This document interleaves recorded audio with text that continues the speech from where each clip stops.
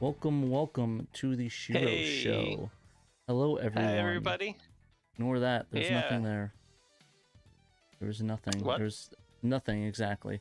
Welcome to the SHIRO show, a brand new SHIRO show, the Shiros of the show. The SHIRO. That's us. SHIRO time. Welcome to SHIRO time, baby. It's gonna be a fun time. Everyone's having a great time. We're all excited. We're all ready to go, roaring for a new show, a new month. That's right. Christmas is almost here. It's that. Hey, let's not talk about Christmas just yet. It's still Christmas November. is right around the corner. Autumn.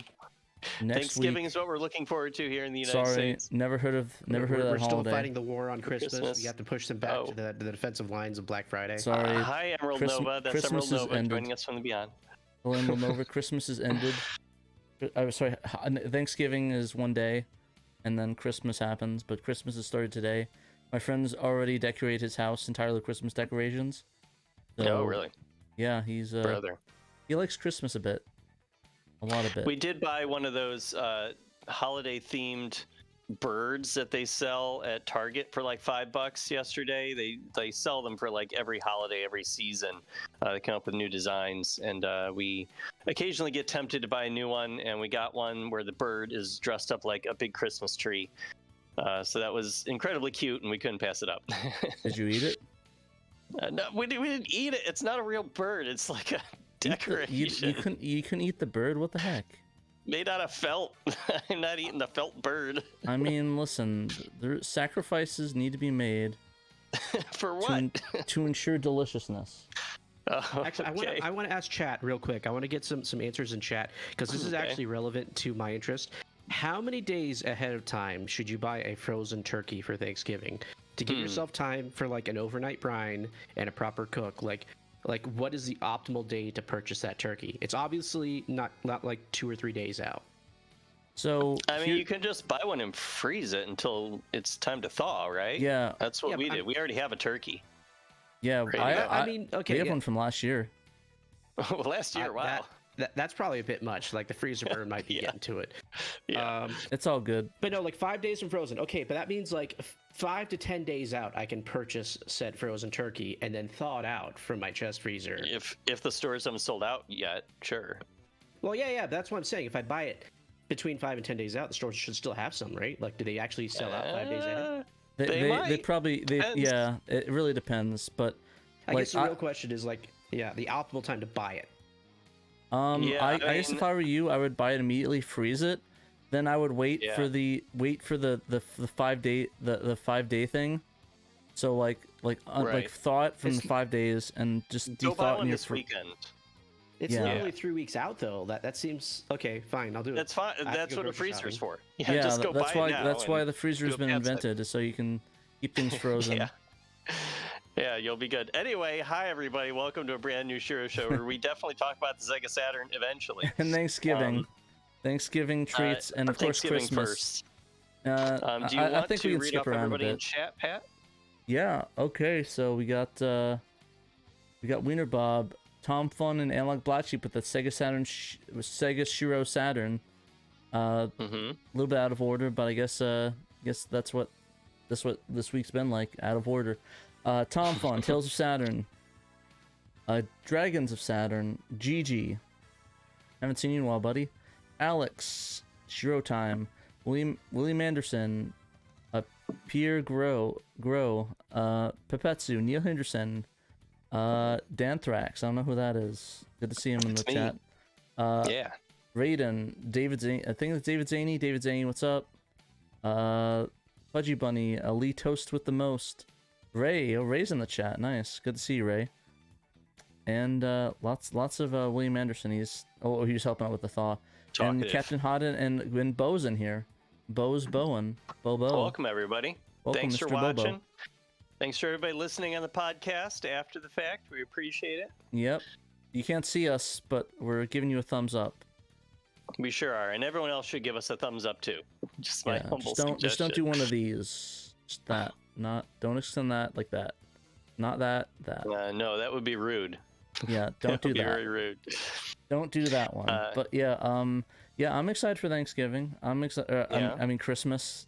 Christmas is obviously. No, I'm just joking. I'm excited for Thanksgiving. I'm gonna eat a lot of food. My work actually gives me like a turkey for Thanksgiving every year, so I usually get that and we cook that up. Usually our strategy is that we get it, we freeze it for a year, then we cook it. Or no, we keep it until Christmas and we eat in Christmas. That's what it was. I don't know. I thought we cooked it for a year, so. I usually have ham on Christmas, although sometimes we'll have like ham and turkey for options. Yeah, we used to. So. We actually no. I think it's New Year's we do turkey. We do ham for Christmas though. It's like a New Year's turkey thing because we have like 2 of them. That's interesting.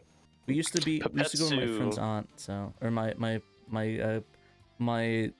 uncle's side, my aunt's side of the family. We go to their house and get some food and stuff. So we're not doing that this year. They're all going to California, so we're gonna do it a small little thing, get together. You're not gonna follow them to California? No. Yeah. Okay. Unfortunately. Fair enough. So Papetsu asked me in chat, have you guys thought about interviewing David Rosen, the founder of Sega? He's still alive. He is 94 years old.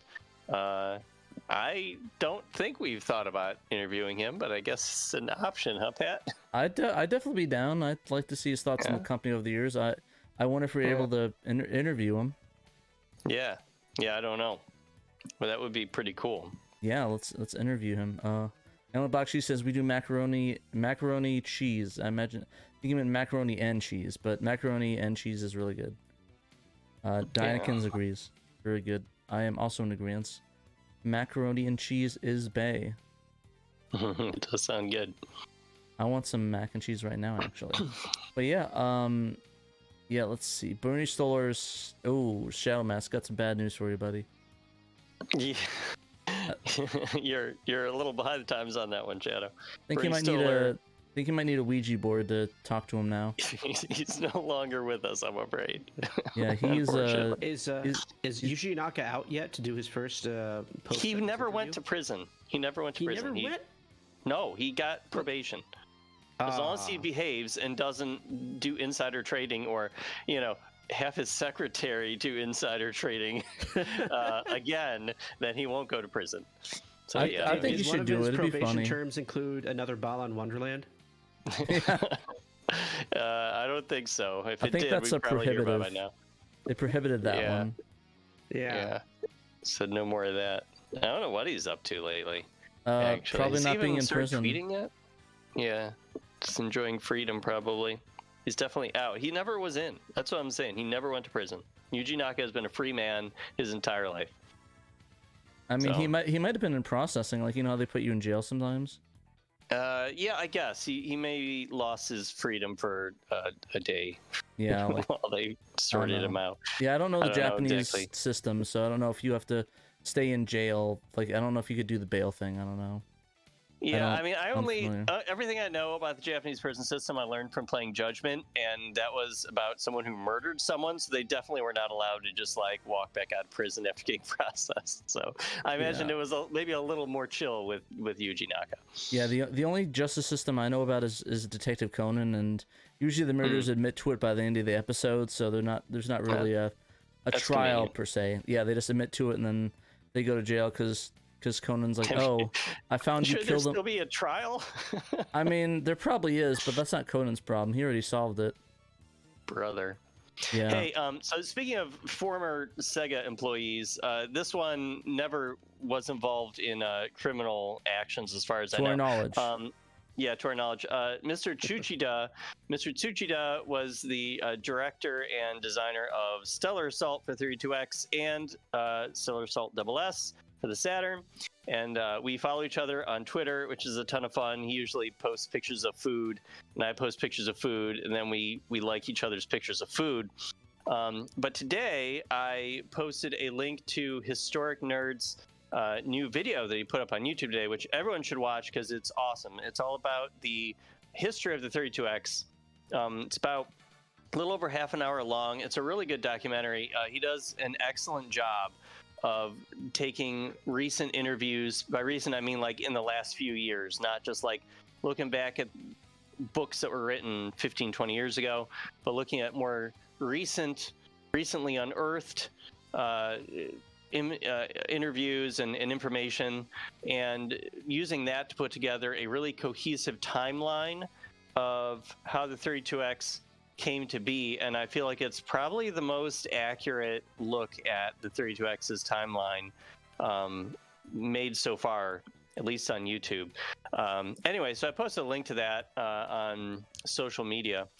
And Mr. Tsuchida replied to it saying, like, something to the fact of, because he does write in English. I love the 32X because it allowed me to make Stellar Assault. And I said, yeah, and that's one of the best games on the 32X. But if the 32X wasn't made, do you think you would have made it for the Saturn? And he replied and said, yeah, I think so, because it originally was being planned for the Saturn. Oh, insider knowledge. Yeah, that was a cool little detail. So there you go. They're probably originally going to make Stellar Assault with 32X, or for the Saturn rather, and somebody at Sega told them, hey, we got to support this 32X in America, so make the game for that instead. Man, how cool would that have been if Stellar Assault had been a launch game for the Saturn, or at least like a game that came out shortly after the launch, if they didn't want to like kind of conflict with Panzer Dragoon. I'm sure that they wouldn't. Yeah, I'm sure they wouldn't have released it in the United States. You don't think? No. I mean, they released it in the United States for 32X. Yeah, but the things that maybe if it was a first release, maybe, but I don't know. Like, to me, it doesn't seem like something they'd want to bring over. I feel like the only reason we didn't get Stellar Assault SS in the United States is because it didn't come out in Japan until early 1998, and it had a ton of voice acting. And so they would have had to spend more than $2 translating it, and it's too much money for them. And most of the games that like came out in the United States in 1998 like had come out in 97 or were like about to come out and came out like early 98. And so they were already like planning on it and working on translating them. Like it was in their budget to do those translations. And Burning Rangers had a bunch of voice acting in it. And I feel like Sega of America probably thought it was worth putting the money into that because it was a Sonic Team game. And like their advertising kind of leaned on the fact that like this is a Sonic Team game. So everybody should buy it if they still have a Saturn and want to buy the games for it. Stellar Assault SS does not have that pedigree, at least in the minds of people in the United States or in Europe. So I feel like they probably looked at that and were like, well, this is going to be kind of a hard sell. Even though like I feel like it still would have sold okay, considering space combat sims were still pretty hot in 1998. I mean, if you look at the holiday season of 1998, which I have because I have too much time on my hands sometimes, the PS1 had a Colony Wars game. I think Colony Wars 2. And the N64 had Star Wars Rogue Squadron. So you had two like space combat games on rival consoles. And I feel like if Sega of America was still trying to like make the Saturn happen and be a thing for Christmas 1998, Stellar Assault SS would have been a good option for it. So I definitely think they would have brought over Stellar Assault 1, I guess you could say, Shadow Squadron, to the United States if they had made it for the Saturn, at launch or near launch. I mean, they were scratching, if I could talk, and clawing for every game they could get in the United States for the Saturn at its onset. Yeah, I just think that to me is that I'm not 100% sure. Like, really depends on what their gut checks are, because like even then they didn't port every single game that was like for the launch on the Saturn to begin with. Like, so it really just comes down to gut check, I suppose, and like what they would want to do. So I guess maybe there's a good chance if they didn't have much and that was a launch title, I think it might be doable. But I think that maybe they'd be off put by some of the voice acting and stuff like that. But the voice acting they would have had voice acting in the first one. They might have removed it. Because the 32X, it doesn't have any voice acting. And mind you, that would have taken up a lot of cartridge space. So, like, it would have been a different game on the Saturn to some extent. Exactly. I know I've gone onto a tangent, but I really like Stellar Assault. So, and that was just like a cool little interaction, little nugget that Mr. Tsuchida dropped on me earlier today. Yeah, no, so. I really think that's cool. And I think that There's a high possibility that it would have been released. I just, like I said, I just don't know. Yeah. It really just comes down to what the executives felt like that week. Yeah, I just wonder what it would have been like on the Saturn. Like the graphics would have been better. The music probably would have been a little nicer. They would have had a little more time to work on it. Yeah, I don't know if they would have gone with voice acting or what. I wonder if they would have even made Stellar Assault SS. Would they have like taken more time to make it for the Saturn and made it more like Stellar Assault SS from 1998? I don't know. Who knows? Yeah, I don't know either. Like, how many, to think about. how many sequels did the Saturn actually really get? Like, even when there was like a good game that came out, how many of them actually followed up with a second? Yeah, with another. Yeah, I mean, you got like, well, I mean, you have Dragon Force 2, you have Riglord Saga 2, Panzer Dragoon 2 and Saga. Shining Force 3 got 3 parts. Do I count that as a so sequel? Shining Force 3 doesn't count because 2 was on the previous console. I'm talking about like something came out on the Saturn, it was a hit, and they made another one to capitalize on that. Like, well, I just named 3 franchises that they did that for, and I can't help but thinking of like Sonic or Knights or I guess Shining in the Darkness is kind of whatever. Or the Holy Ark. I lose track. Holy Ark is on Saturn. Yeah, and that's like it's part of the Shining series, so it's not really a new thing. Okay, Sakura Wars is a good example, but it never came out. Sakura Wars. Yeah, Sakura Wars did get a sequel. So there were quite a few. In the short time span that the Saturn was active, it did get sequels. Clockwork Knight. Well, they split that. They split that game into 2 games. Like that one is like a little bit of an edge case on Clockwork Knight. I don't know. Yeah. Bug got a sequel. Bug got a sequel. Bug didn't need a sequel. It didn't need one. Bug didn't need a sequel. No, but it's like Steven Spielberg said, the first one was perfect. Right. Yeah. Of course, Steven Spielberg definitely said that. As Pandemonium found out. Yeah, I think that one of them is Tokimeki got like a bunch of games for Saturn too, but I think it might be cheating though. Yeah, didn't that wasn't like a Saturn original? Like they ported that to the Saturn from like I don't know, PC 98 or something. I think they got a bunch of bonus games and stuff though, a bunch of bonus content that came out. Oh yeah, they definitely had some like Saturn exclusive cool stuff. But I'm just trying to think of a game that might have got like another game that might have got multiple sequels. Sega Worldwide Soccer. Yeah, I mean sports games, but that's a different sort of case, Yeah. You're gonna have annual sports games. Honestly, I could have done with a RoboPit 2, where they actually like put more effort into the single player version of the game. Yeah, I think the world has had enough of that. Third parties did like Magical Drop 1, 2, and 3. You had Darkstalkers, Night Warriors, and then Vampire Savior. I mean, I know one big one that we forgot. Street Fighter 0, 1, 2, and 3. Sure, yeah, that there doesn't you go. count. Come on, does it though? It's not a sports game release cycle. No, it's not even about the original. It's about the fact that like Madden 2000, 2001, 2002. Like no, they're just selling the same game. It's self-similar enough for me to say that. I'm comfortable saying that.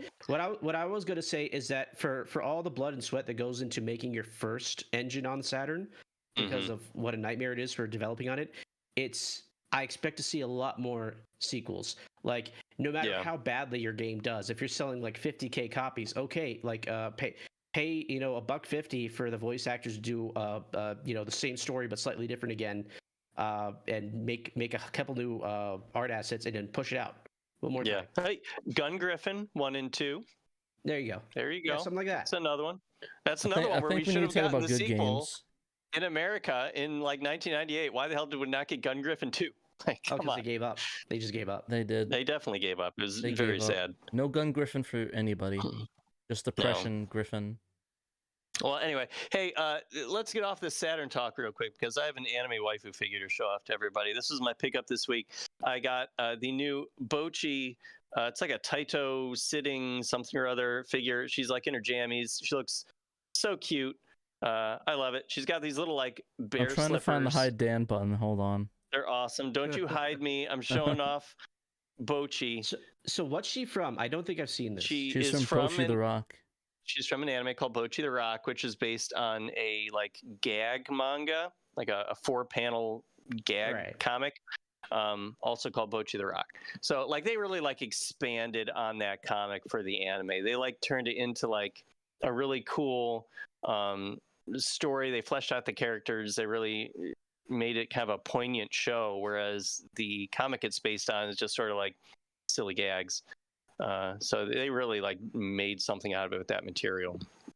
Yeah, and no, I think they are working on a sequel. Why eventually. do you? I had a question though, Dan. Why do you keep the figures in the couch cushions? Because it's convenient to just pull them out of the couch cushions, just like this. She fits in there real easy, and then she pops back out, and it's perfect. I don't think that's still doing phrasing. Yeah. Yes. That's the.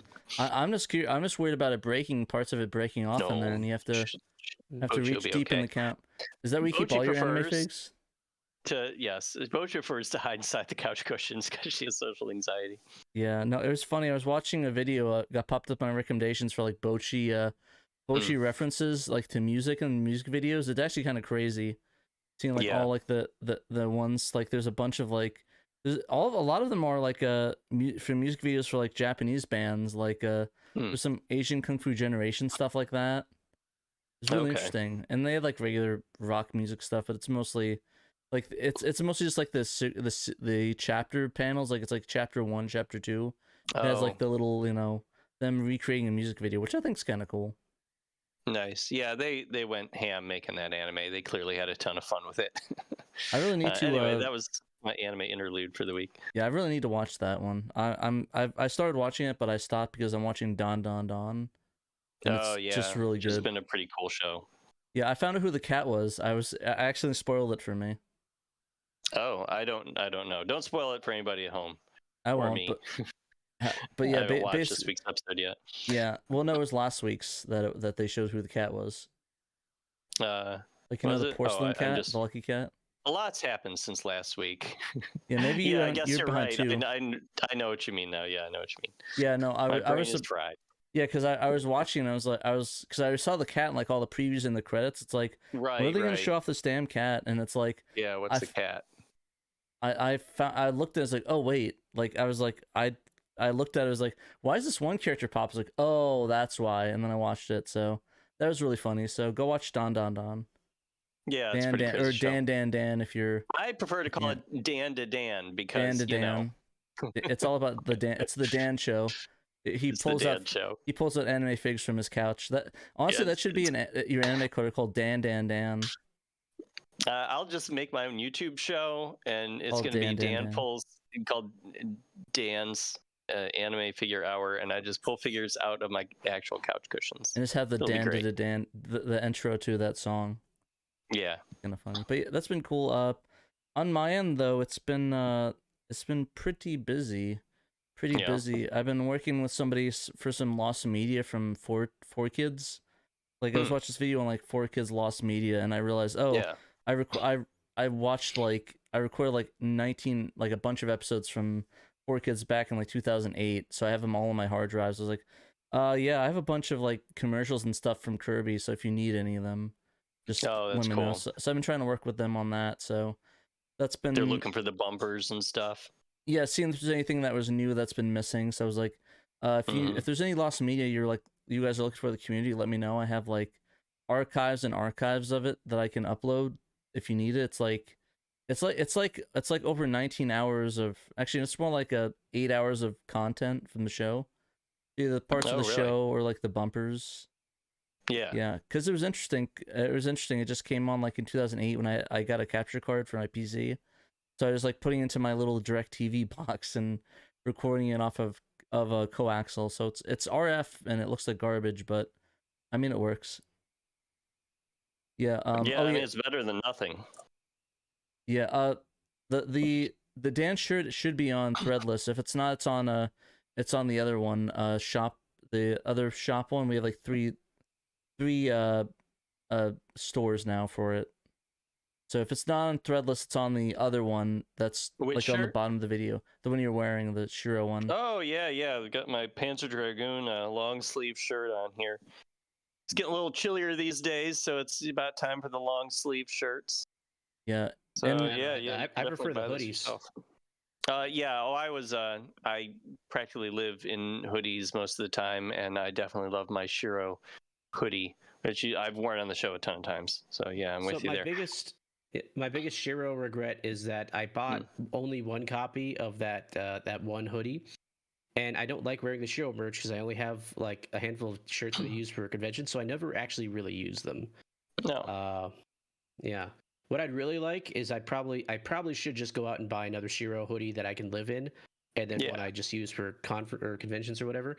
And the other thing is, Trano, I don't know if you remember when Murder of Crows got us those Saturn motherboard T-shirts or Saturn board T-shirts. You mean the giant one that you had that he had that's like a size XXXXL? It actually fits surprisingly well. I would like more. I don't know where they came from.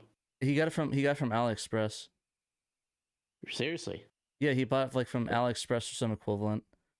So it was well, like, shoot, I need to go grab some more. It was funny. I saw you look like Kevin Smith in it compared. It was like wearing his giant hockey jerseys. It was really funny. It's a good workout shirt. If I feel comfortable like wearing one in, you know. Yeah, no, it looks good on you though. I liked it. Somebody mentioned Cerulean preview career that aired at night where the snail bad mouth Nintendo was cut. I think that was there was a promo for like a preview disc of the anime, and it was like on some DVD thing, so I don't think it was ever cut. It was never in the show. They didn't actually air that. That's like they did like little promo things. They did a lot for 4Kids where they'd make the character sing the Pledge of Allegiance or sorry, the national anthem, or like cut them into different like things. So it's pretty common. So that's probably what that one was. It's really on. I'll see if I can find it. I probably have it on a promo DVD somewhere, but I'm just too lazy to look right now. And of course, I'm doing the show. But if it's lost, let me know. Yeah, isn't it from one of those? Yeah, that was a preview on a DVD thing. That's like a promo thing. I think is that lost early on? Let me know. I actually have that. So if that's lost, I can go and grab that and put that online. I just don't know if it's lost or not. PB Praga asked, "Hey guys, is Princess Crown translation completed?" I don't know what you're talking about. I've never heard Princess Crown before. Never heard of any Princess Crown. That's no. No, it's not completed. No, it's not. It's only it's unfortunately still being worked on. There's a whole thing. The relevant parties are working on their own projects. Yeah, it's a whole interesting thing. We talked about it in the last show in a little bit more detail. I don't really want to go through that entire thing again because I was like took up the entirety of the show. But last week's show, there haven't really been any updates since last week's show on either of those translations. So. Yeah, but if there are any major developments, you can be sure that we'll bring them to you. Yeah, Cerulean, I think actually that I'm not gonna. Well, we talk about that off there. Just DM me, and we'll talk more about the thing. But I think that promo is like used for one DVD. I actually have that. It's in like on my desk somewhere. But let me know if it's lost media. I'll find it and I'll put it online for people. But anyways, yeah, Anyways, like I said, I think that's about it. Just doing the lost media month. Oh, that new song that the most mysterious song on the internet was found. So I was happy about that. The Subways of Your Mind. Yeah, so, I saw you tweeting about that. I'd never heard that song ever before you tweeted about it being found. So I didn't know what you were talking about. Basically, it's I guess in a nutshell, it's like the whole lost media thing. So where there's media that's just lost throughout, like basically, I guess the gist of it, like in a nutshell, to speed things up, is there's a song that some guy recorded off of a stereo in 1984 on a cassette tape. He could never find the song, so he put the recording online saying, "Hey, anyone know what the song is?" I recorded off a tape, and it was the only song I can't find info to. And it started in 2007, and they kept trying to look for it, and it was years and years. Like they thought it was like maybe Depeche Mode demos, a Cure thing, like different leads. And essentially, ever since then, it's like been like research. People have done videos on it, talking about it, and like people like Wang and stuff like that, and like the lost media people discussing it. And after years and years, it was finally found. Like I think on Monday, it turned out to be this band called Fex, which is a German rock band from around the time that like didn't really make it big. So they broke up and they just did like little middling like media things throughout the years. And it's funny though, because the people that were in it are still active in the music scene. Like they released a music video like last year, and the guy that sung the song, the Subways of Your Mind, is in that video playing guitar, just playing it. Like they had no idea. Like they were on the internet making songs and like working with media companies, and it's just that they never like found the search. I mean, it was pretty niche, so. But they finally found it. They released never heard of it. Yeah, they released the actual like studio version of it online, like on a cassette. And two other songs. So they actually did a live performance on YouTube now too, and they're apparently going to re-record it. So oh man, this is going to be their like big break now. Everybody's going to be all excited to hear them actually do the song. Yeah, well, imagine like you're like, I mean, the video for the song original one got 15 million views on YouTube. Like imagine one day you think like you're just a regular like artist that didn't make it, and then you find out like the next day like, oh, your song that you made 40 years ago has 15 million views and is like technically certified platinum, technically speaking. And it's like everyone listened to the song and loved it and were searching for you and like walloped through it for like over 17 years trying to find it. It's like, oh, okay. So yeah, I'm excited for them to do more stuff, and I can hear them, and I'm thankful for everyone that worked to find that song, because now I can listen to it in high quality. I actually love that song, so thank you everyone for the loss. Wow, we dropped after I started talking about it. We went from 50 to 38, so wow, sorry about that. Oh, we're 41 now. That's okay. I thought it was interesting, Pat. Do you want to get into the news and stuff, because we got to go over stuff that was posted on the site last week, and we just can get to it on the show. Yeah, sorry about that. Yeah, man, I went off there a little bit. Sorry about that. I just want to give context. There's a lot with that. No, I understand it a lot better now. Without, I didn't know anything about it. 30 minutes of filler or something like that. Like it's on brand. On brand. I'm gonna fix the chat. I rearranged these windows and they're not good. There we go. Okay, sorry, I need to hide the chat.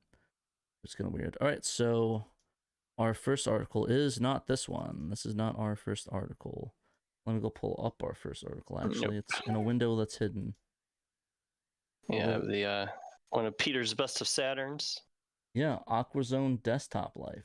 So this one is kind of interesting. So I'm gonna put the text up because I can't read it actually. So nowadays we really take for granted for some free shareware screensaver stuff, but back in the day there really wasn't a lot of options for consoles to do this. Like I think they have stuff like this, like the Nintendo clock, I think is the big one that they released. You're equating this to the new Nintendo Alarmo clock? No, there's a clock app on the Nintendo store. It's like it's a game like basically limited run games. I forget what company released it, but they released an actual clock app on the Nintendo store, not the Clocko. Alarmo. Okay. And essentially what happened was that they put it up and it's literally just an alarm clock, and limited run games actually tried to release it as a game, like a physical game, but apparently they couldn't get it because it's like really, really niche, and it was like there's a lot of questions for that. But I really wish they did. That would have been really funny. But Nintendo like wouldn't certify it. That's kind of crappy. It was really weird. It's because it's not really a game. Per se. It was just a weird situation. There's like details on it like that they worked on, but I honestly would have bought that. That'd been really funny, because I think they were looking to making limited release items where it's like a clock of that clock. So like they give you a physical release of the clock. Yeah. So you don't even have to play the game, just look at the clock on your wall. That was really funny. But and yeah, so in terms of the but yeah, and these are the freeware. We really take today for granted. We can always go to free desktop wallpaper, or free wallpaper, or free screensaver, or free desktop buddy. I remember those desktop anime buddies. They're like on the bottom of the screen. They would like sit there and talk to you and give your computer massive malware. Windows 98 was a magical time. It was. So in the days of that, this was released a game called Aquazone, which is basically a fish tank screensaver / simulator. So you build a fish tank with a choice of gravel plants, decorative pieces, and of course, fish, because you want to look at the fishies. An aquarium. Swimmies. And then, watch them in simulation. In the simulation mode, you must feed your fish and care for the aquarium. So this is kind of like a proto Seaman. Seaman. Yeah, can't, you could I don't. probably see the connections. Yeah, I really need to watch my wording on that. I need to be Seaman and Yeah, not watch that pronunciation. pronunciation because that's two different Lord. meanings. Same spelling, two different meanings. So yeah, so the game's Seaman, so kind of like that, raising the fish. I don't know if they die or not. I guess that's a spoiler. You have to go find out. Don't feed your fish or feed them, and see if they die, and you have to get new ones. I'm not sure. I haven't played Don't feed them this. after midnight. Yeah, don't. Yeah. They'll That would make the game real interesting if they turned into gremlins. Yeah, they'll attack right the on your Fraggles. screen. Yeah. But no, yeah, this is kind of interesting. So it's like sort of a game a little bit. Like it's a screensaver. It can be a screensaver, but you're also like, feeding your fish and changing the water, and there's an option for drugs, which I guess is giving the medicine. I mean, unless you like snort cocaine off the tank or something. Yeah, I don't know what kind of game this is. What is Peter pushing here? I don't even know. Yeah, bad influence on the youth neat. is all I'm saying. It really Just is. drop some acid in the tank. See how long the fish take to have a freak out. Yeah. But yeah, really interesting game. I don't know. Would you guys consider it a game? Yeah, it's a game. There's interaction. Sure. There's goals. Yeah. Choices to be made. I guess that's fair. I don't know. Here's the base debate: is if Hyman Waltz or that home game, the Oregon, was it Oregon Basic? Was it? It's not Sweet Home. It's like something Home. Those home simulators, the home walk games. I wonder if those are technically games. Oh, like the walking sims? Like the home simulator, like the Hyman Waltz, and then the other home simulator game. I forgot the name off the top of my head, but probably not. Yeah, but, I don't know. Someone go play those games, guys. The games are fun. But yeah, if you want to have a nice fish tank for your little CRT, you can do that. Yeah. All right, so next or one. Maybe for your non-CRT, if you're hooked up through some fancy cables. Yeah, put it on your LCD 65-inch for when people come over. Yeah. It'll be just something fun going on in the background. People can talk about your fish. I love talking about my fish. So, anyways, next article. Talk about your seaman. all my seamen. Anyway, so Bo Bales. On that note, Bo Bales wrote. Speaking of seamen. Wrote a new Under the Microscope about House of the Dead, but specifically about the House of the Dead demo disc, or Taikenban, that came out in Japan. He found a way to patch it, which you can, of course, download the patch from Sega Extreme, to play a little longer in the demo and see what they had done a couple months before the final game came out. So it's kind of cool. And he's got a video here showing a side-by-side. Yeah, I guess on the left is the prototype demo, on the right is the final. So yeah, I guess he had originally looked at some other demo discs on the Saturn, for Burning Rangers. So he decided to look at House of the Dead and see if there's anything cool in there, because he did find some neat prototype stuff in Burning Rangers originally. And let's see, I'm kind of scrolling through here a little bit. I like the Magento filter that pops up. Yeah. The red one.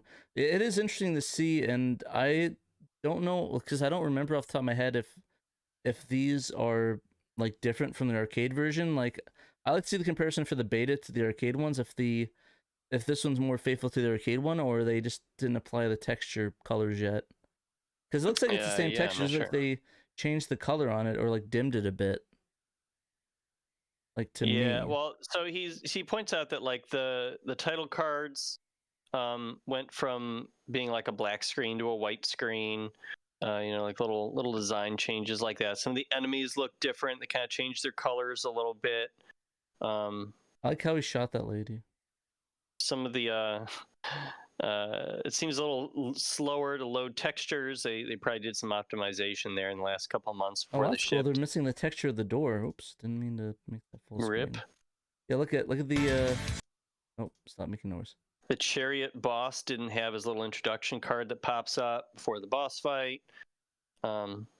So yeah, it's kind of interesting to see the differences. It's not anything earth-shattering, but it's something cool to kind of see how they were like working on it and like how many things they still had to do before they shipped the game. Yeah, no, I it's always thought interesting. like it's. Sorry, go ahead, Pat.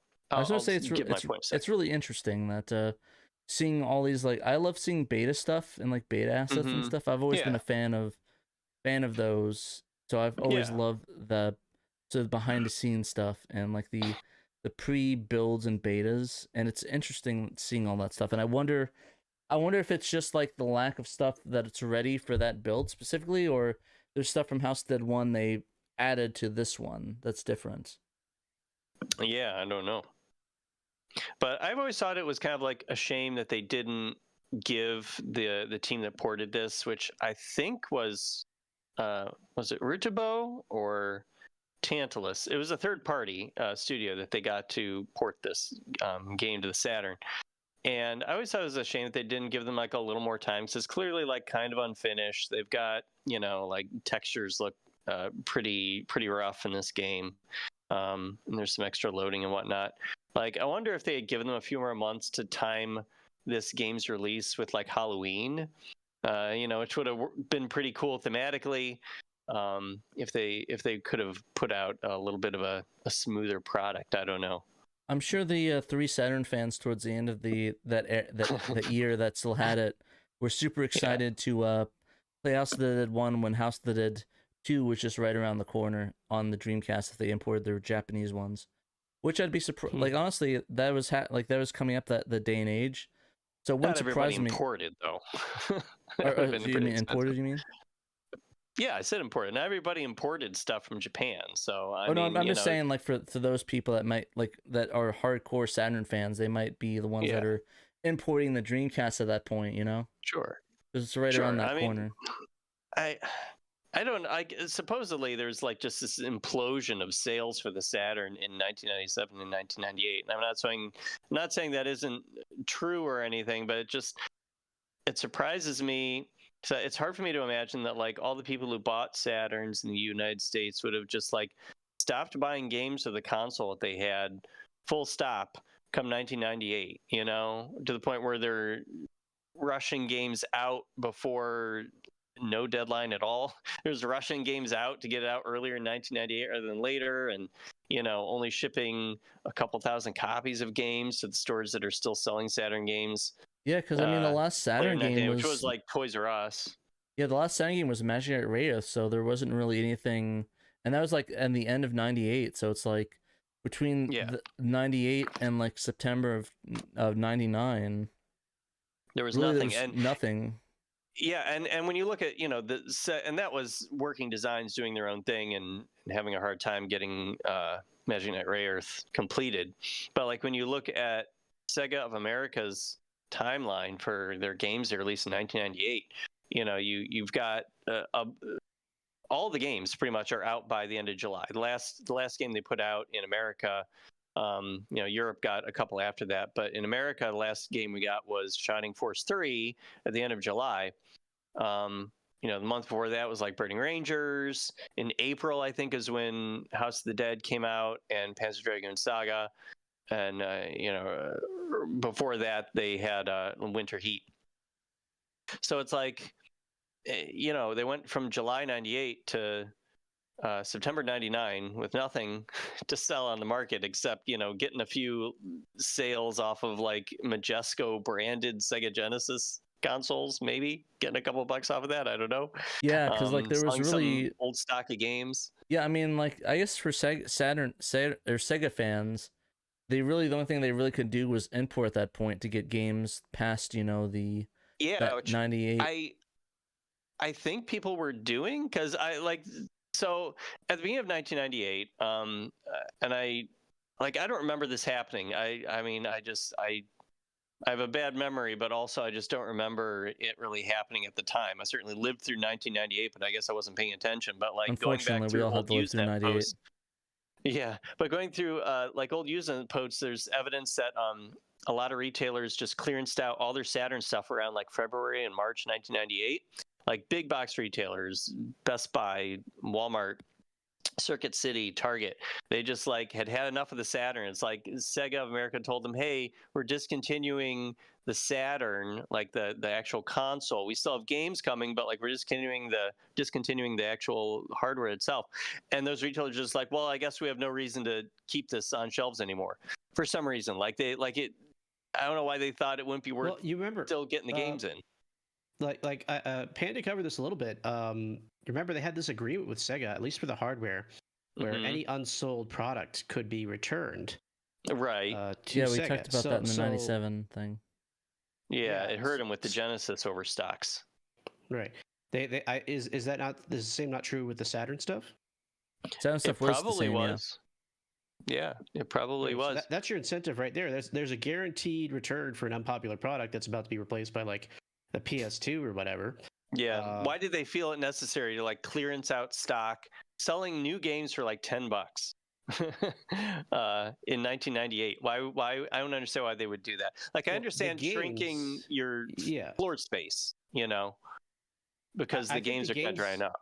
But at least for the third-party stuff, probably they didn't have that same deal. And so they're literally just divesting. There's like, get rid of this stuff. We don't want it on the books. We're ready to move on.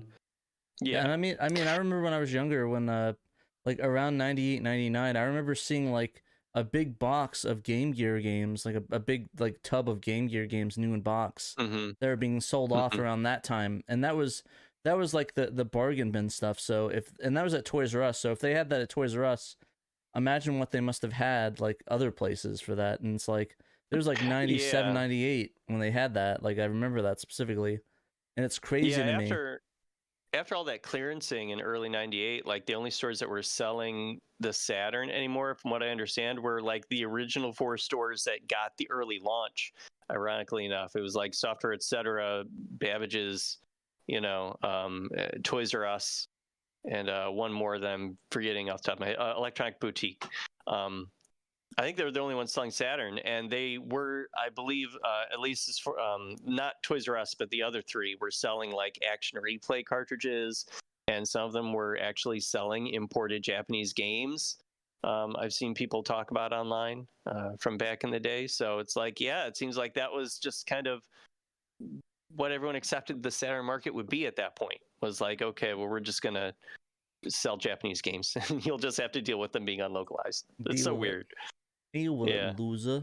And in the meantime, the Master System is doing gangbusters in Brazil. You're right. Yeah, exactly. So it's Master like, System. Yeah. So to me, it's like it's really a sadness that the Saturn really, the only option people really had towards the end of this life is, after this, is really just importing games and importing the Dreamcast early, and just like playing those Japanese games that are playable in English too, for the most part. Like, because I think that's really what a lot of people did, or all of the hardcore Dreamcast fans did, that didn't want to wait for Dreamcast to release a year later, or like 10 months later, I guess. So I think that's about it for this article. There's a lot more glitches and stuff that you can look in the article. Bo does a great job talking about all the cool like differences and all the glitches that he's experienced after he's broken through the 2-level demo. And you can download the patch yourself from Sega Extreme and check out the differences for yourself too. So thank you very much, Bo. Much appreciated. Thank you, Bo. The next article.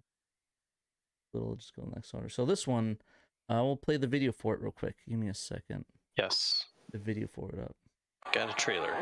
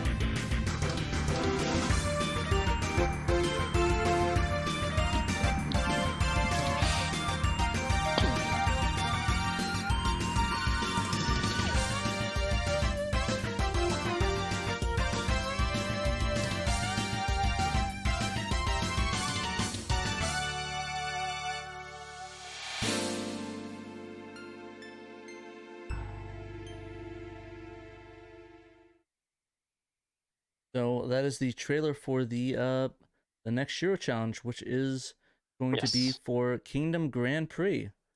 So already underway now, our November community challenge game. Thank you to Double Dime for editing that video, and to Random for composing the original music that you heard in that trailer. That was some they awesome both did a music. great job. Yeah, thank you to both. That was awesome. We gotta have Random do some intro music for Shiro. That would be cool. So we're gonna have something a little different this month. Kingdom Grand Prix, of course, is sort of a racing game, but also a shmup. It's like this weird hybrid that is super cool. It's a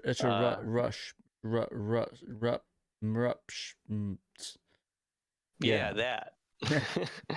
But yeah, so we're gonna be doing Kingdom Grand Prix this month. There are a bunch of categories. I guess the fastest times for each of the stages. The 8 stages. Is it 8 stages? I think it's 12 races. 12. Okay. Yeah, there is a change though, and then also that was one for made. high score. Yeah. Go ahead, Pat. So basically, it mentioned the shooting mode. I believe they said they've been having issues with the times and stuff for that. So it's been changed to play all the challenges in racing mode. Yeah, there's no prize for shooting mode anymore. The problem was that the game doesn't differentiate between shooting mode and racing mode for the fastest times, its own internal leaderboard. So we wouldn't be able to verify whether someone who's posting up times online, whether they actually did shooting mode or racing mode. So the organizers just decided, all right, forget shooting mode, everybody just do racing mode. There is still a category for highest score too, though. So there are some different things to work toward. And there are prizes, as we have with every community challenge. I think there are going to be some cool bespoke patches made by Moose Track for the winners of all the categories. So there's a mystery prize too. Well, there is a mystery prize. It hasn't been announced yet what the category will be. It's a calendar. Like doing that. It's a Kingdom Grand Prix is a calendar that has us photoshopped on everyone else's head. Yeah. And at the end, it's going to be in a thong. You'll love it. It's awesome. It's going to be a great calendar. Did you update the story? No, we did not. I guess maybe we didn't. No. Did we? No, we did not. I did not do that. I think I updated it. Oh, maybe again. I have a bad memory, but yeah, I'm bad. I'm bad at thinking with my brain. My brain no work good. Yeah, we do mention shooting. Yeah, I think I did edit the story. I took out the mention of shooting mode being. There's a shooting mode. I heard something about shooting mode. Yeah, there is a paragraph talking about shooting mode. Thank you to Cecil Harvey, by the way, for writing this story. He did thank you very much, great job. Cecil, he writes all chat. of our monthly challenge stories, which is great. Yeah, there's a paragraph describing the shooting mode in the game. Originally shooting only version required input of a cheat code, but the English activation patch that you can download from Sega Extreme that was made by Malenko and Bo Bales. Mr. Bo once again coming in clutch. Yes, it also activates shooting only mode. So a very helpful patch. There are technically 2 patches. One of them just activates the English translation that was already existing in this Japanese game all these years. But it is kind of goofy and a little rough, like the line, a chicken has no need, that he zoomed in on the trailer, double time zoomed in on the trailer. A chicken does have no need. What does a chicken have needs for? Yeah, exactly. They have the need for dying. Come in my dinner. Clucking and eating seed. Pluck those chickens. So the other patch is like a retranslation. They kind of edit it to sound a lot better. So you have your choice. Pick whichever one you want. You pick the good version, or you could pick Malenko's. I'm joking. That sounded really rude. You can pick a. Damn, it was rude. I meant Malenko's version is the better version. I mean, you could pick up. You pick the good version or the untranslated version. So pick your poison. Yes, or the poorly translated the poison. version. I don't know why I pick your poison. Pick your flavor. Sorry, I'm getting really insulting unintentionally. Sorry, Bo and Malenko. You guys can ban me from the chat. Off the range here, Pat. I'm going off. I'm throwing people under the bus directly. Yeah, directly underneath the bus they go. Vroom vroom. Death time. So. Anyway, this will be our last community challenge of the year because we do cycle on every other month. So the next community challenge will be in January.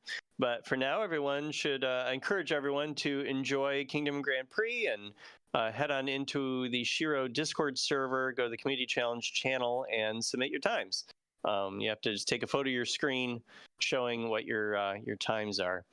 We've already gotten quite a few entrants, so that's awesome. I need to get mine in. I have not done that yet, but I have a few days off next week, so I'm hoping I'm going to be able to make some time and play some Kingdom Grand Prix. It should be fun.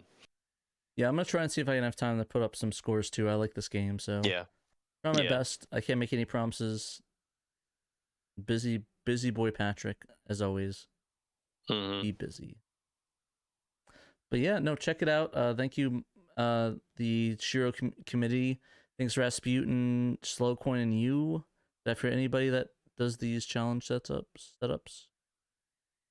At the committee? Probably. And then maybe Moose Track? Moose Track's actually not in the committee. He's been invited, and he has declined. He just likes making the patches. So in the committee, it's me, Double Dime, Yuta Nord, which I think in that Sega RPG fan, Gregory Rasputin, Random, Saturn Dave, and Zayden is all of us. Nice. So. Alrighty, well, yeah, definitely check it out, guys. Alright, so we got a new release for the tribute, Wolffang and Skullfang. I've actually never heard of these games before. So these, yeah, you know about these? I know you wrote up this article, Dan. Tell us a little bit about Skullfang and Wolffang. Skullfang, yeah, Wolffang and Skullfang.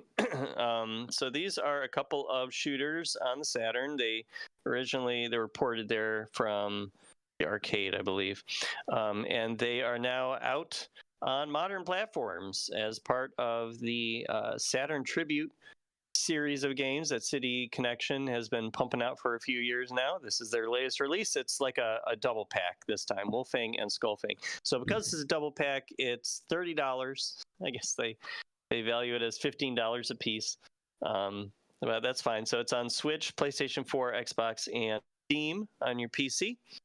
There was a 10% launch discount for the Switch and Steam versions. I think that was only for a week, so it's probably ended by now. Unfortunately, these games are not translated into English like they did with their previous release, Batsugun.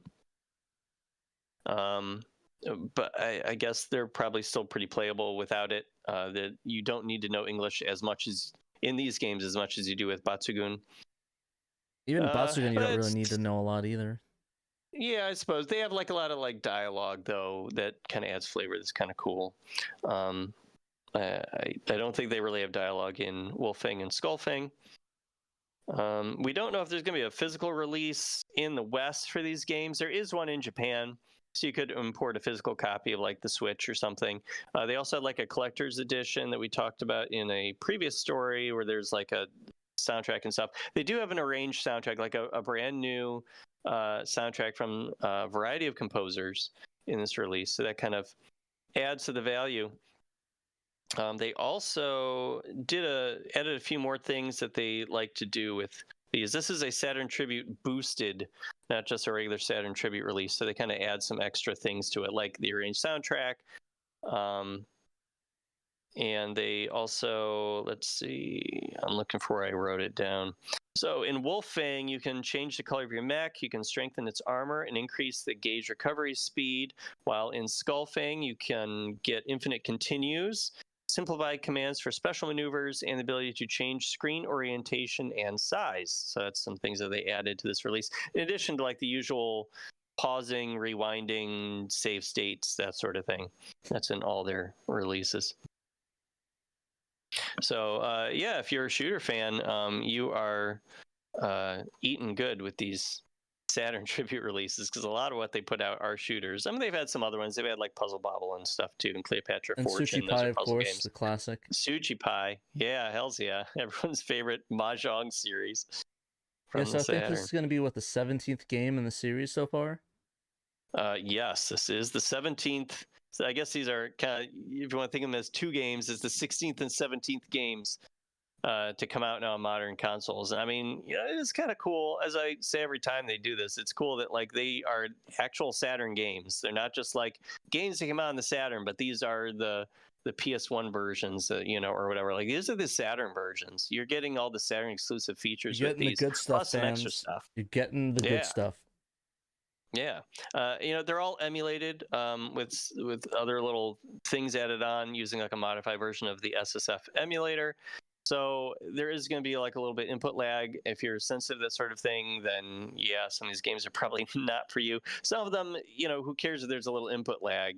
Like Cleopatra Fortune, like is that really going to kill you? There's a little bit of input lag, and some of them are. It's all very dependent on also how the original ports of the Saturn were. So like Cotton 2 already had a little bit of lag in its Saturn port. So when it's then being emulated with SSF, then it's getting more input lag on top of that. And then it starts becoming really noticeable. Like Guardian Force, you definitely feel the input lag in its Saturn Tribute release. Wolfang and Skullfang, I have not played. Personally, I've not bought this yet, so I cannot speak to whether the lag feels bad or not, but it's always worth mentioning. That's something to consider. Yeah, so definitely look into this, guys, if you really want to play it. I think there's a lot of good games in these collections, and honestly, I think it's worth the pickup if you guys want to have something convenient or something to play on the go on the Switch. Yeah, where you want to just keep supporting Saturn games coming out on modern consoles and finding new life, Yeah. Avery Erickson said, after Xenosaga Episode 2, I'm a little nervous when I see Shinji Hosei's name anywhere, but hey, looks like proper arcade fun times. Hoping for favorable weather, so... Hey, spoiler warning, I'm still on Xenosaga 1. No. Sorry to hear that you have to play that series.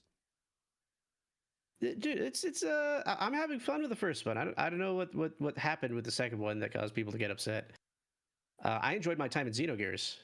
I'm literally making my way through trying to get over to Blade. The Marvel comic? Yeah, sure. The Wesley Snipes vampire hunting character. Yeah. Yeah. So, anyways, the next best of is another best of for Crime Wave. Yep, so this one's Saturn.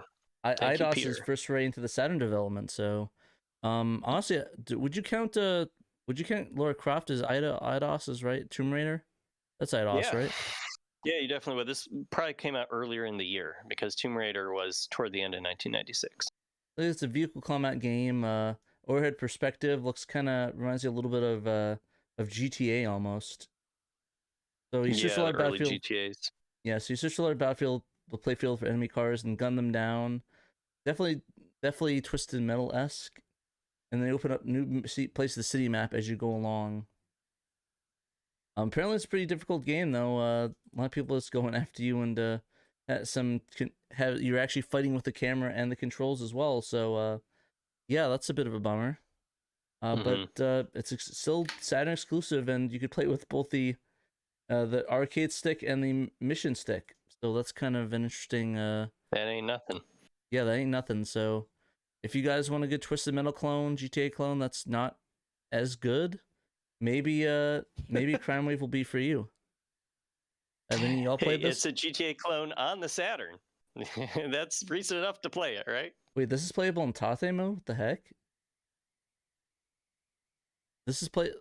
Crime Wave's playable in Tate mode? Pause and use the shoulder buttons to rotate. But why would you need to do it that way, though? It's like you don't get anything from the vertical. I wonder if he's behind. But it's Crime Wave you could do it? That's kind of crazy. That's kind of Double nuts. Dime. Are you talking about Crime Wave in chat? Yeah, you talking about Crime Wave or the Wolf I don't one? know. If you're talking about Crime Wave, that's kind of nuts. Oh, it is Crime Wave. That's nuts. Huh. Okay. Wow, cool I learned something new. So yeah, if you guys want to try out the Tate mode of Crime Wave, definitely go for it. It's crazy. Yeah, I haven't played this, but I mean, it does look neat. It's something different than what's on Saturn, So it's kind of cool that Peter gave it a shot and wrote it up for us. Yeah, so if you guys want to have some cool Crime Wave fun, Tate mode, go play Crime Wave on Saturn. You know what? We actually have a comment under this article from someone named Bob King. Yeah, he said, I remember thinking how cool when games could actually play with the CG intro visuals at the time.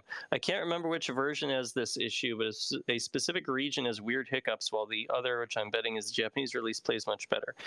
It's a fun and simple game with almost nothing to offer aside from being an action vehicular game. You can shoot enemies till they explode. This game is an actual ending. I'm not aware of it. I guess it was too hard for him. Happens to the best of us. Apparently the Japanese plays better, so that's kind of cool. Yeah. Yeah, thanks for commenting, Bob King. If you comment on articles, we'll read your comment as well, as long as it's not like, you know, on a Princess Crown article. Or obscene. Yeah, I mean, the obscene ones are that's debatable. Oh, okay. Depends on my mood. So yes, well, what do we got next, Pat? Another microscope for Echo the Dolphin, Defenders of the Future. So this is a Dreamcast game, so it is banned from this show. Yeah, unfortunately. So the next article, no, this is. I actually was wondering, like, this didn't come on Saturn, did it? Yeah, no. He decided to look at a Dreamcast game this week. I guess Bo got a little bored of the Saturn games this week, so he looked at Echo, Defender of the Future, for the Dreamcast. So, but you know, we like the Dreamcast here on the show too, so that's fine. I kind of like it. Kind of, you know, maybe like Pat's obscene. I am pretty obscene. I got like 70 games for the Dreamcast. You know, little casual fan. All right. Well, why don't you tell us about this one? Alrighty. So basically, this one has the game has unrecognized cheat features that activate based on what your name and save file is, which is interesting. So if you use the names, was it Ghidra in Python, it references you the encoding scheme to reveal the special names. So one of them has been known for ages, and he found the rest. They unlock features like immortality and the debug display. So yeah. No, the names are like, it's goofy stuff there, like Gyu or soccer or whatever. Yeah, so that's interesting. So yeah, Gyu unlocks the levels, soccer unlocks the bonus stages, X immortality mode, QQ Reek, so for FPS, Zizzy XZZY shows the time, and then Hopefully is nothing. Yeah, he doesn't know what it does. Who knows? Yeah, Dave said Dreamcast was in the scope. Yeah, no, we're just playing along. We're just playing around. We're the kings of Joe. Yeah, we're just giving you a hard time, Bo. It's fine. We do occasionally write about the Dreamcast on the site, so it's all good. Sometimes not the Dreamcast. Sometimes not the Dreamcast. So basically, the last official released Echo game, which is pretty sad. I guess there was one in development, but that was canceled. So RIP Echo. I'm sure people have been clamoring for a new one for years, which is probably a lie. I haven't heard nobody talk about this game ever. So RIP Echo. So yeah, if you go to the menu, it shows new game until the issues is Gyu. Type in Gyu again, then the 3 letters XXX. Then press X to leave the menu. When you load game, all stages will be able to play. So the X to Ghidra. Basically, analyze a snapshot from the Flycast simulator. Found a buffer that holds the portion initials you type in. You keep typing the characters you put in before you push in the buffer at that address. So basically, just going in, just telling how I guess not to get too technical with it, saying exactly how the username works and the nickname works. Yeah, he gives all the details in his story, which is pretty neat to see. Yeah. And how the game is kind of looking for a certain password and then activating the cheat code when it sees a correct one. Yeah, so he just goes through it, talks about all the cheat codes and their effects, and maybe one day we'll figure out what the last one does, the Popely. Maybe that does something cool. Maybe it does nothing. A bonus game lets you play underwater soccer. That looks cool. Like FIFA, except good. So I take it, and Bo's in the chat, so we can confirm. I take it like no one knew about this stuff, because I honestly don't know anything about the Echo game that came out on the Dreamcast. So did like no one know there weren't any alternate ways of activating like the invincibility cheat or anything here? Like, this is the first time anyone's known how to do this stuff, or not? I think there's been some codes known, but I think Bo just found a bunch of that hasn't been found that are just unlocked that he went through. And apparently he's saying that the article was on the front page of Hacker News all day yesterday. Yeah, congrats. Yeah, and it's just the most popular thing he's written. So I guess, you know what? I eat my words. Maybe people do care about Echo. The masses do clamor for Echo. That's right. The children yearn for the Echo. Children yearn for Echo. Yeah, so I'm a big enough man to admit when I'm wrong. I guess people do care about Echo. All three of them. No.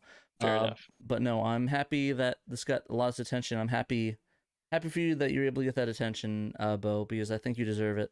Your work hard and these articles are amazing. Soccer mode can be accessed otherwise. Immortality is new. Okay, cool. Well, I love it when you find new stuff that no one has never known about before in these games that are, getting older by the day. And the second.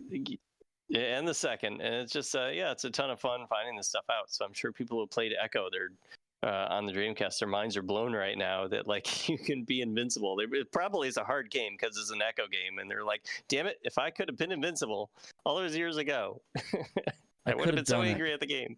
Yeah, I could have beaten it. I wonder, like, why don't the developers of the games like ever come out with this stuff like a decade? Yeah, really. Done? Like every once in a while. Yeah, well, yeah, every once in a while, like a developer would be like, hey, here's like stuff that here's the cheat codes or whatever. But a lot of times they just I've seen some developers say here and there that like they thought that the cheat codes were known, that they did get out there. Like they had no idea that some of the stuff they put in their games were still unknown to this day. You have to keep in mind that I think a lot of them maybe submitted to magazines like, oh, hey, here's our cheat codes. And maybe some of the magazines or sites just didn't use it. And like, I mean, Saturn wasn't the Saturn Dreamcast. I mean, the Dreamcast was popular, but in the Saturn's case, I could see them being like, why would we put these cheat codes for 3 people that are going to play it when we have the space for these other games on PS1? So I could see them submitting it to sites and Muse magazines to show it off, and they just never ended up using it. So yeah, damn the space. Yeah, stuff like Game Pro or was it Electronic Gaming Monthly or whatever would have cheat codes, like a whole section of cheat codes for the various platforms. And yeah, they may have just prioritized more popular games and games for non-Saturn consoles, if you will, and not publish some of this stuff. Who knows? Or in this case, Dreamcast. Yeah, so I just think it's just honestly, it's probably just that they have memos probably flying around the office, but it's like people don't think that people care about that. Like I didn't realize there's demand for that. The 4Kids lost media until I saw that video. So a lot of people don't think it's in demand. Like a lot of stuff's just sitting around lying in like a giant pile, like not doing anything. It's like, oh, hey, here's this thing. But unless people really have a demand for it, or people let people know that they want it, it's just going to keep sitting there. The internet's a big place. It's easy to miss stuff. It could be like an unknown though. Like we don't even know if these cheat codes exist to want to ask for them, or something like that. Or it's like when someone finds like some hidden level or you have no reason to believe it exists. Yeah, or like Echo here, like probably no one would have thought that if you put in a certain name that would activate anything, So it's like, who would have even thought? So it's kind of amazing that Bo even like poked around and found this stuff. Yeah, I mean, there was even a hidden thing. Like I remember when we did that interview with the dude that worked on Virtua Racing with Pandemonium's video. That code to have them racing on stop motion, that wasn't like even found out about until we did the interview, really, beyond a few people in the industry. So like it's just these little things that people think nobody cares about, and it's like, unless people let people know they care about it, they're not going to post about it. There's probably these cheat codes on these giant rolls of sheets or these giant newsletters that got tossed when the company went out of business. Or maybe they just, like I said, there's a lot of also things where maybe it got put on websites, but the website never got archived or was taken down, or they updated to erase that specific entry. Because like the internet archive is pretty good, but it can't get everything. So it wouldn't surprise me if some random cheat website put it up for a day or like a couple days, or like just took it down to prioritize other games, There's probably some guy on the GameSpy forum saying exactly how to do this because his name somehow matches up. Yeah, exactly. By chance. And yeah, some of them just want to hide it, just want like secrets in the game, want people to find it, and if they don't, it's like, oh, whatever. And they just forget about it. So I don't know, it's just there's just a lot of possibilities. I'd love to know like maybe if these were just things that they were used for debugging or like working with the game. That maybe like it was like for QA people for like invincibility to get through levels to test it, or like, you know, stuff like that. Right. So there's a lot of reasoning and stuff with that, but unfortunately, unless we track down the developers, we will never know. All right. Well, our last story here it was written by Emerald Nova. So, do you want to talk about it, Emerald? You wrote about the Sega Extreme Game of the Month for November. Yeah. So I think we kind of like briefly like that PRG kind of back and forth said, hey, you know, I've been reviving this old Sega Extreme regular segment about you know, the game of the month, and you know, unlike SHIRO, the rules are a little bit more loose here. It doesn't have to be a Saturn or I guess even a Dreamcast game to get some attention. Right. Dibs even told me, yeah, just write whatever you want. I chose to give myself the restriction of being like a Sega game, so I want Sega to be attached to it in some fashion, makes sense. One way or another. Yeah, for the Sega Extreme community. So we've been doing this for a few months. Diddy did it last month. I forget the name of the game. It was some game that I don't think ever got imported on the Genesis. And then this month, I decided, hey, you know what? I already got through this playthrough on the stream. Let's talk about Shadow Generations. Honestly, I don't know how many people currently like active in Sega Extreme are super big into Sonic that aren't like just looking to do Sonic Extreme. But I personally enjoyed this game. I think people who were on the stream saw me have a decent time, or maybe had a decent time at my expense at the very minimum. Last month was El Viento was the game that NVIDIA talked about. Sorry. Yeah, El Viento. Like, so like if you go back in the archives, like the old 2004 posts, there's a lot of good games, a lot of games I'm not sure should have been Game of the Month. I've been trying to find some unique and interesting stuff, and I think NDD found something unique and interesting. This is like less unique and interesting and more, this is just a plain old good game. And the only unique and interesting thing is that it's a good Sonic game that people are recognizing as such. And you love your Sonic games, Nova. He loves the Sonic games. I mean, I enjoy Sonic more than a normal person might, but I do recognize that the quality is not a regular or consistent thing for the franchise. Yeah. So I was curious about something. For this game in particular, is this actually a re-release of Sonic Generations with extra content, or is this a new Generations game? Period. Yes. Okay. So that answers the question. It's both. So Sonic Generations got a remaster with some graphical upgrades. Honestly, I don't think it needed it. I think if you own the original Sonic Generations, you don't really need to get this for that game. You need to get this for the Shadow game. Like the Shadow game is the only thing that's really worth. Is it a whole game? Because it kind of seemed to me that it was just like some extra DLC essentially that they added to it. No, it's a whole new game with new gameplay features. Okay. So you do like 6 or 7, I think 7 new levels as Shadow, and you know, if you're attached to the whole adventure era storyline of like the edgy to hedgy having his memory lost and doing all sorts of edgy stuff and saying curse words, there's not so many curse words, but there is a lot of edginess to the storyline. I feel like Linkin Park was a missed opportunity as a tie-in for the soundtrack. So my question is, do they recreate the scene that everyone's waiting for? So Maria does get shot, if that's what you're asking about. Well, but I think spoilers. it's a slide. Yeah, spoilers for a 20-year-old game. I mean, yeah. Darth Vader is actually related to Luke Skywalker. What? Holy crap! But honestly, yeah, sorry, I'll let you keep going. Yeah, go ahead. I just want to say that I think it's really funny that. So I was thinking about, because you were via this from like the last one was like from 2004. You said last one that was done of the. The story is a direct sequel to the events of the game that came out in 2004. Yes. Oh no, I meant the Game of the Month thing that was revived from 2004, right?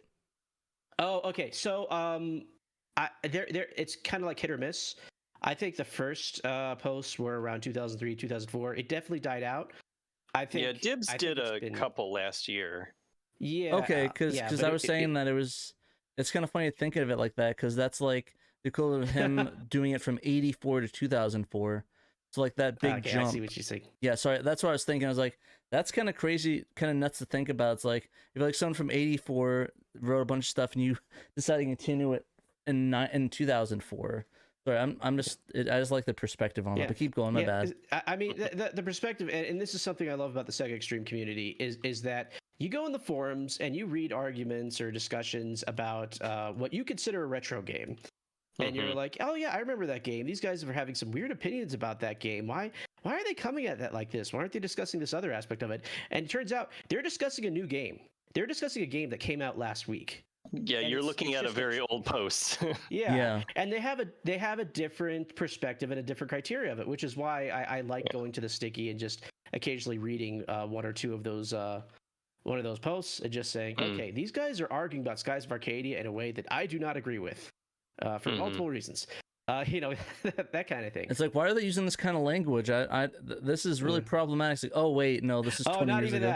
Not even that. Like you can get to a whole thing about that, and that's another thing I think we touched on during the whole Princess Crown debacle is that there is SHIRO is a much nicer, much more normal person friendly community than Sega Extreme, and Sega Extreme, while welcoming, is a place full of people who program games for fun. So you do get your share of weirdos, and you do get your share of less than forward-facing, media trained personalities.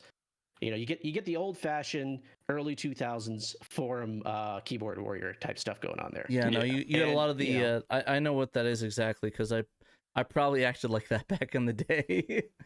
No, I mean it's a time capsule. Like you gotta understand like some of this is some of this ages and doesn't always have to age well, but it's there. Like this is a lot more common than you expect. It's like going back and trying to read, Thomas Jefferson trying to decide which one of his kids he likes the most. I'm not going to go any further into that pit of history. Okay. But oh gosh, this show is going off the rails. Yeah. But let's get back onto Shadow.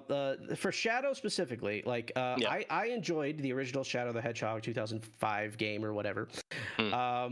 And it's not a normal Sonic game, that game, but I enjoyed the edgy storytelling. The gameplay is not as bad. The music was great. I listened to the Shadow soundtrack constantly. It's on my well, not that one. I'll pull up, like, go look up Almost Dead or something like that. Like Shadow has some harder stuff on there that wouldn't be welcome in a normal Sonic game.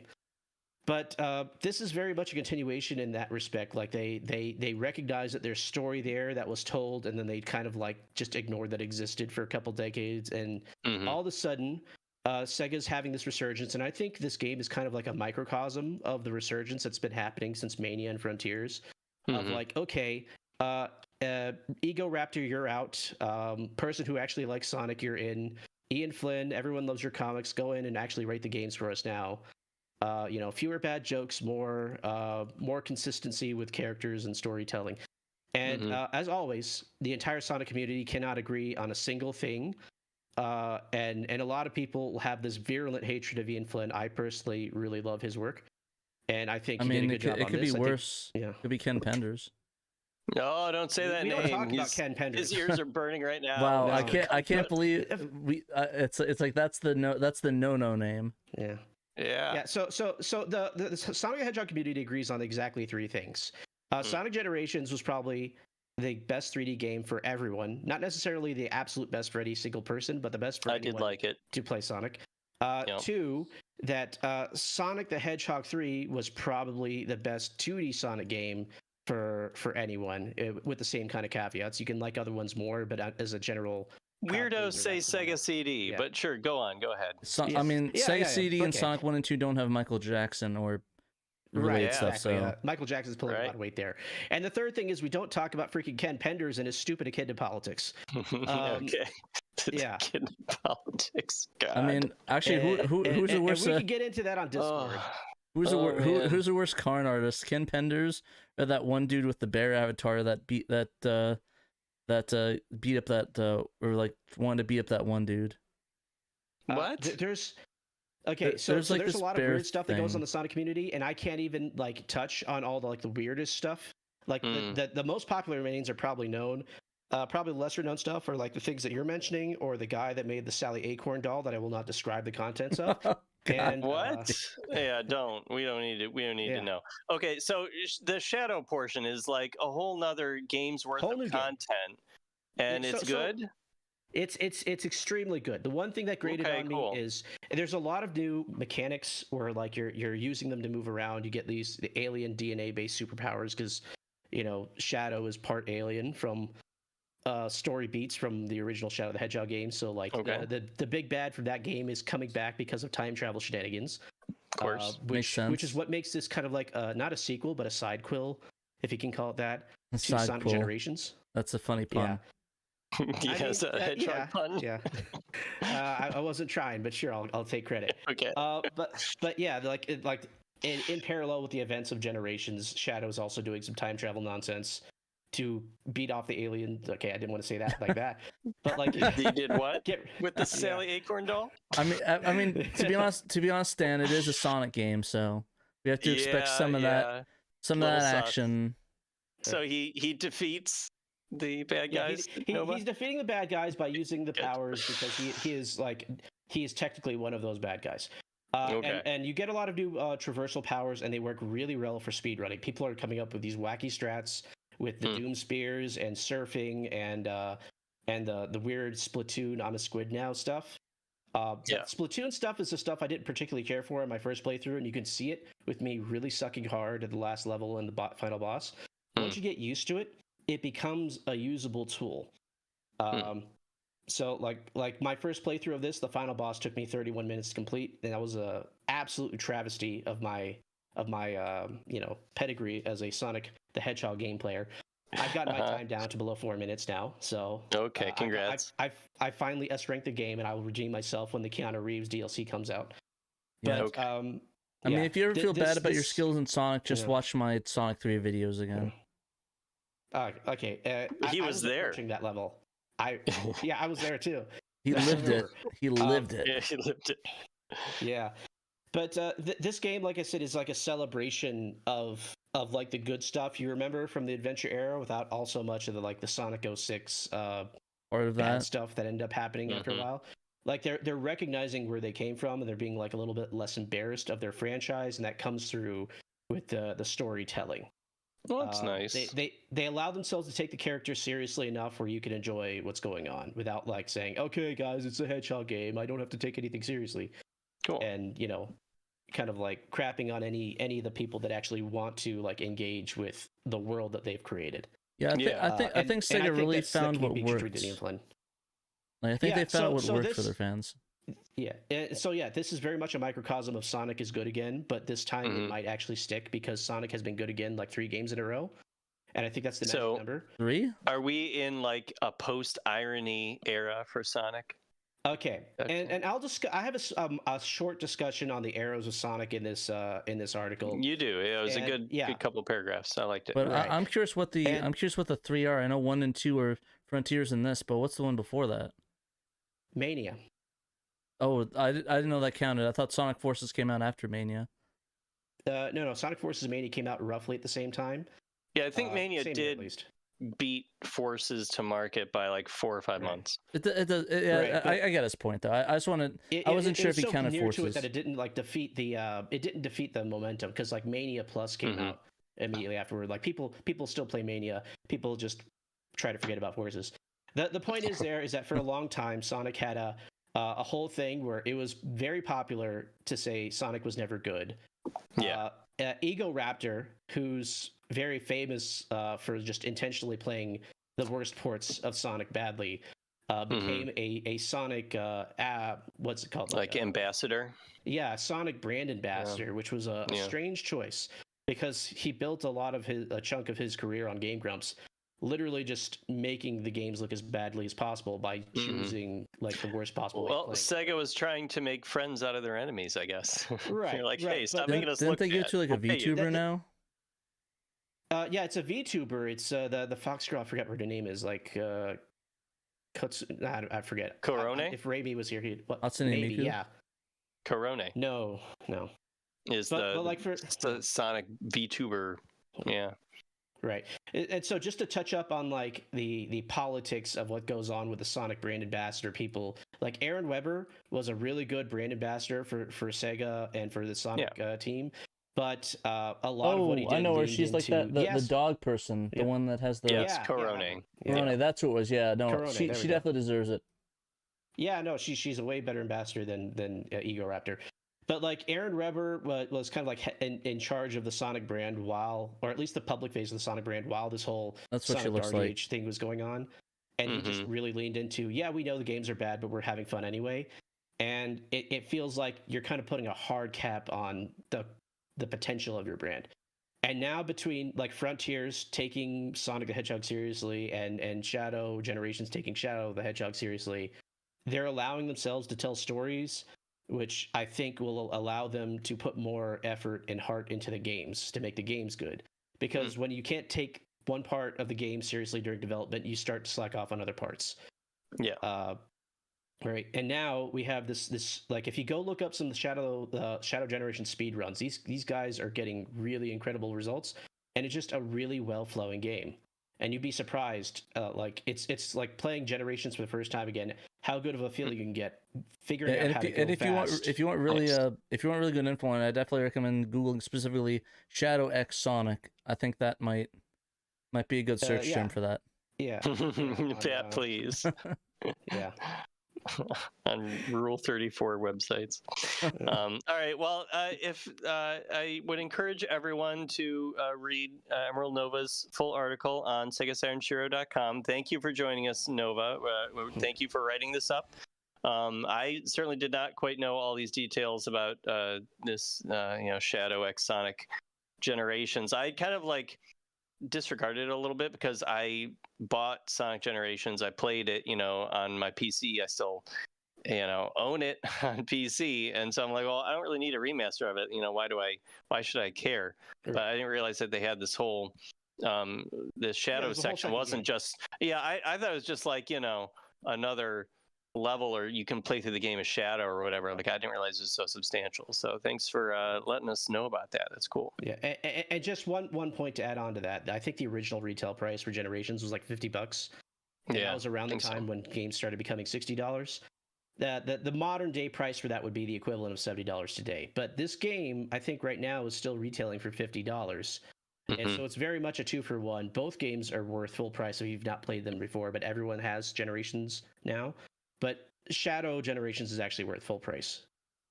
Okay. Definitely recommend checking it out. We actually have a video of his playthrough on here, Shadow or Emerald Nova's YouTube channel. So if you guys want to watch him play it, and or better yet, just wait until December 13th. I'm gonna stream it again, but I'm gonna just do it better. Okay. Yeah, because that was not my best performance. Fair enough. I might want to do I was thinking maybe doing a Christmas stream for sure or something. I just don't know what I want to do. Maybe I'll do the Christmas games V2. Hey, why don't you try to finish Galaximus? Like, get to level 7. I could do that. Christmas games, Galaximus, and like the bunch of them. So Chris Kringle. Chris Mingle? You mean the 5 seconds that it plays? Chris Mingle. Yeah. I saw you do that in the crashes. I don't know if you're kidding or not, but I am deeply and terribly hurt by that. Go subscribe right now. Oh, hurt by what? He didn't know that Emerald had a YouTube channel. Oh, yeah. Go follow him on YouTube. It's in the video description. I guess I can link it in the. Yeah, I've watched. Honestly, I'm not sure I knew either, Nova. Like, I have watched your Twitch channel, obviously, but I don't know if I have watched your YouTube channel. So, I mean, my YouTube is really just Twitch VODs until I start putting up some edited content, which I plan on doing next year. Yeah. Getting some nudie content. I mean, no. I did know that you had a YouTube channel because I'm already subscribed to it. So there you go. Once again, my bad memory. All I'm saying, Nova, is that I should come down. We should do a hot tub stream and play some songs. Oh boy, 100%, nice. I'm down. We'll get the hot tub stream going. It'll be the Christmas in the hot tub playing Sonic. I'm sure people want to see two 30-something-year-old men playing Sonic in a hot tub. I'm sure that'll sell. Dan, you're also invited if you want to join us for the hot tub stream. Awesome, thanks. I'll bring my swim trunks. Sounds good. I'll bring the vegetable oil. Ooh, my, ooh la la. Nope, I Alrighty. think Hodden was subscribed too. Nice to your YouTube channel, so we're already set. Alrighty, so I think that's about it for the news today. That's yeah. That was a loaded one, but it's probably on me because we did a lot of things. Oh, there's add content on my screen. Right. Give us plenty to talk about today. So thanks for watching, everybody. I think we got some Patreon subscribers to thank. We do. I need to pull it up. Let me just get that. Yes, Shadow Mask will be streaming the Sega Rally Championship 30th anniversary album that he imported on YouTube after the SHIRO show. So go ahead and watch that, everybody, over on his YouTube channel. Yeah, definitely. Definitely shout out. Or listen to it. Put the link in the chat, Shadow. Oh, you did it right there. I'll put that. Yeah, he's got it. I'll place that. Sorry. Yep. So let me go with the years. So I want to thank A Murder of Crows, Emerald Nova, of course, who's right here. Johannes Fetz, Sega Steve, Cerillion, Chris Piper, Chris 1997 XX, Daniel Fredrickson, David Zaney, Derek Pasquarella, Evil 42, Fat Drunk Friend Otaku, Gem Clasher Rank, Jay Hersey, Lionel Publishing, Momphis, Noble Guy, Newt Ragus, Robert Ramsey, Roan Dinked, Stone Man, the Sega Guys, and Young Money Swee. If you guys want to support us, you can back us at the $10 up level, and we will shout you out on the SHIRO show. If you back us at any level, you'll be shown the credits. I need to update those, so thank you myself for reminding me of that. Any level, and then the $3 and up level, you get cool content such as early content from SHIRO. You get Sega Guys early content. You get Pandemonium early content. You get beta fan translation releases that aren't released yet. That are by the way, Malenko's Logic puzzle Rainbow Town was an early SHIRO backer exclusive, but it is now out now for the public to enjoy. You can download it on Sega Extreme. Yes, we'll have to share that out and stuff like that and talk about that in the next show. We'll talk about it more. But yeah, and if you guys can't back us financially, definitely follow us. Follow us on YouTube, subscribe, ring the bell, do the ringly dinglies, how it all goes. And then if you guys want to, join in the community, you can join in on our community tab. It's just going to be socials. Yeah. Do we have our Blue Sky account on there? We do. Okay, cool. Yeah, we have a Blue Sky account that Pat's been trying to keep updated. Can you get me an invite? Invite to what? Blue Sky. I thought that was invite only. Oh no, it's open to everybody now. Oh, geez. You can just sign up. I need to make one. Yeah, join up. Join the party. Dan Panda, the SSG, and I have been partying on there. I've been sharing out Dan stuff. Post all the PSO2 screenshots. Nice. All his cool waifus. Yeah. Cool waifus. But yeah, I'm gonna get the credentials for that, Dan, and I'll get you the credentials for that so you can log into that and you can do stuff on SHIRO as well. Help me out a little bit. Okay, that'd be good. And then it's really cool. I like it a lot. It's up and coming. I'm not gonna lie. I don't spend all of my time on it. I try to share out. I got to Maximum Dude follow me on my personal account, so that was kind of cool. Oh, nice. I'm curious how people are finding my account. Is there an X account follower or something program that they have? There are stuff like you can put your lists out or whatever, and then people can look up different lists, and they might be seeing you under Sega people, or they could be searching for the Sega Saturn topic tag and seeing you posting in it. I don't know. Yeah, because I'm getting a lot of maybe it's just not. You said it as well that you're getting a lot of random followers recently. I'll just wake up and I'll get 10 out of nowhere. So Maximilian Dude, is that the same guy that did the Doom versus Wesker epic wreck battle? No, Maximilian Dude is a fighting game streamer. No, I think that's the same guy. It might be. I'm not familiar with it. Okay, I didn't know he had done He's the guy that looks like a Chad Kroger from Nickelback. Yeah, no. Everyone after this, go look up Assist Me, Wesker versus Doom. And I'm pretty sure that's Maximilian Dude's channel, and it's fantastic. And sorry, I meant no rudeness by calling you that. I just think of that every time I see it. So no offense meant, Maximilian Dude. Do not unfollow me or not watch Drill. I'm sure Max is cooler. So There's it's a all good. joke. There's a bad joke. You can call me, I don't know, bald. I don't know who's a bald guy with a beard. That's, I guess, call me Bruce Willis or the dude Rick from Pawn Stars, I guess. Honestly, Pat, that's not even close to the worst joke you've told today. So don't sweat it. Yeah, we had this whole Sonic discussion, remember? Yeah, exactly. I mean, it was that's much just worse a few minutes ago. I didn't even. That was me censoring it. I was about to say something that was even worse about fan fiction that I found. So I'm just glad that we were able to curve that. Oh, there's a Sky Follower Bridge, Analog Black Sheep said. I'm gonna have to check that out. I've been just like that's manually probably looking why. up. Yeah, I've been like manually looking up people I follow on Twitter to see if they're on Blue Sky, or I'll just like look at their account on Twitter to see if they've said anything about here's my Blue Sky account. So yeah, something automated would be much easier. That's probably why I'm getting like a bunch of random followers that like are on my that follow me that was like, but yeah, because I didn't link it on Blue Sky on like Twitter at all. I don't even have it in my profile because I just think I made a post I've got it in mine. Like I think I probably should, but I just didn't. Yeah, probably should. But yeah, honestly, it's funny because I'm losing I'm losing X followers by the day. Like I thought maybe they just didn't like my content. I was like, oh, they're probably deleting their accounts going to Blue Sky. I think they're deleting their accounts because I was like on 274 and I dropped down to 269. I'm like, am I really? I don't think I've been posting that badly on here. Like I'm pretty sure my content's been pretty good. I'm not doing political stuff and I'm losing like Twitch or Twitter followers like crazy. So that was a bit of sadness. Yeah, it's probably just the exodus. Yeah, I think it probably is. So I'm not gonna feel too bad about it. So, but yeah, follow me on either one. I'll post on both of them. I'll try to keep up.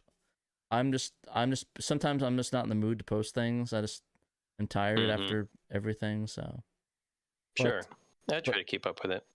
But anyways, I think that's about it. You can follow us on Blue Sky for SHIRO or our personal accounts, and yeah. With that, thank you for watching, and remember, you must play the Sega Saturn. Turn? You must. Yeah. Bye, everybody.